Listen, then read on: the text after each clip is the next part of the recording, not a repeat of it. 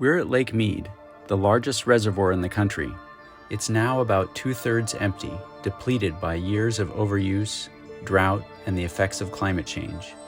And even with an above average snowpack this year, the Colorado River remains in a dire situation with this reservoir at near its lowest levels that it's been since it was filled.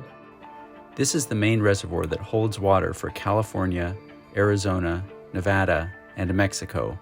And from here, we're going to go to other infrastructure that the Metropolitan Water District uses to deliver the river's water to Southern California.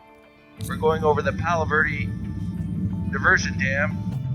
Right now we're at a 75% fallowing call, which means 75% of the maximum amount of lands permitted under the program.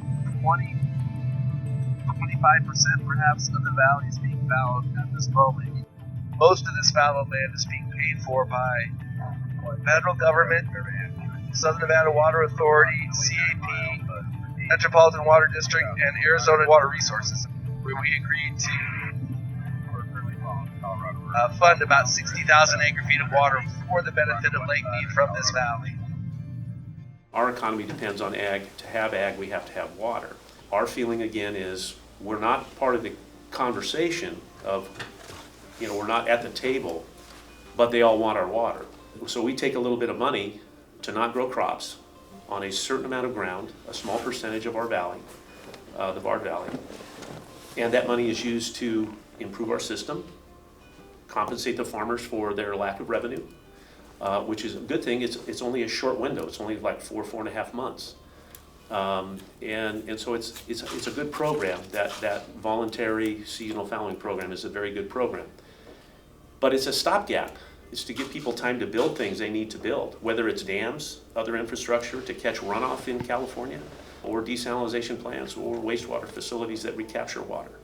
I think that we all collectively as a basin can recognize that we have a structural imbalance, that the annual demands that people want to put on the river do not match up with the amount of water that we are getting by way of precip that comes into the system every year. We've been dealing with that for 2 decades on the river.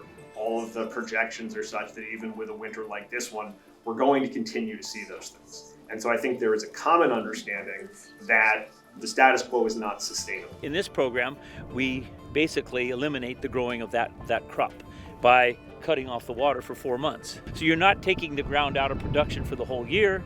You're doing it on a seasonal basis and still getting a crop off of it. And after that, hopefully we conserve it. Something like this is going to happen. It has to happen. There's going to be limitations. There's going to be cutbacks.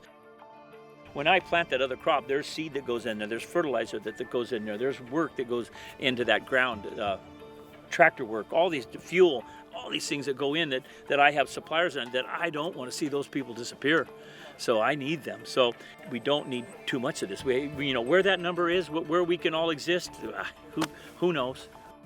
And most of the time we are fighting over water that we don't have, whether it's in the state water project, around the environment, or farmers, or urban users. We're always fighting when we don't have water. And I think what we need to do is figure out how we can survive and adapt to this new change. The same thing is happening with us here in the 7 states and the country of Mexico.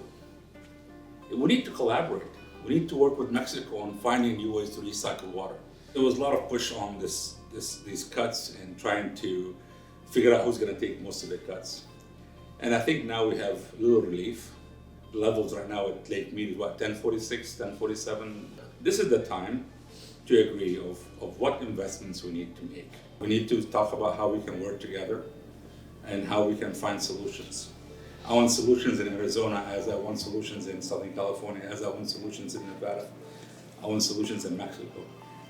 There's a lot of things we can do together. If we think of ourselves just as individuals or states or just regions, we can't get things done.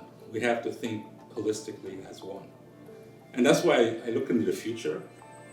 I talk about we need to have a watershed management authority over everybody, because that makes us all work for the benefit of the watershed and the river, not just the benefit of one state or one region. That's the future thinking that I may not see it in my lifetime, but I'm hoping we can talk about it.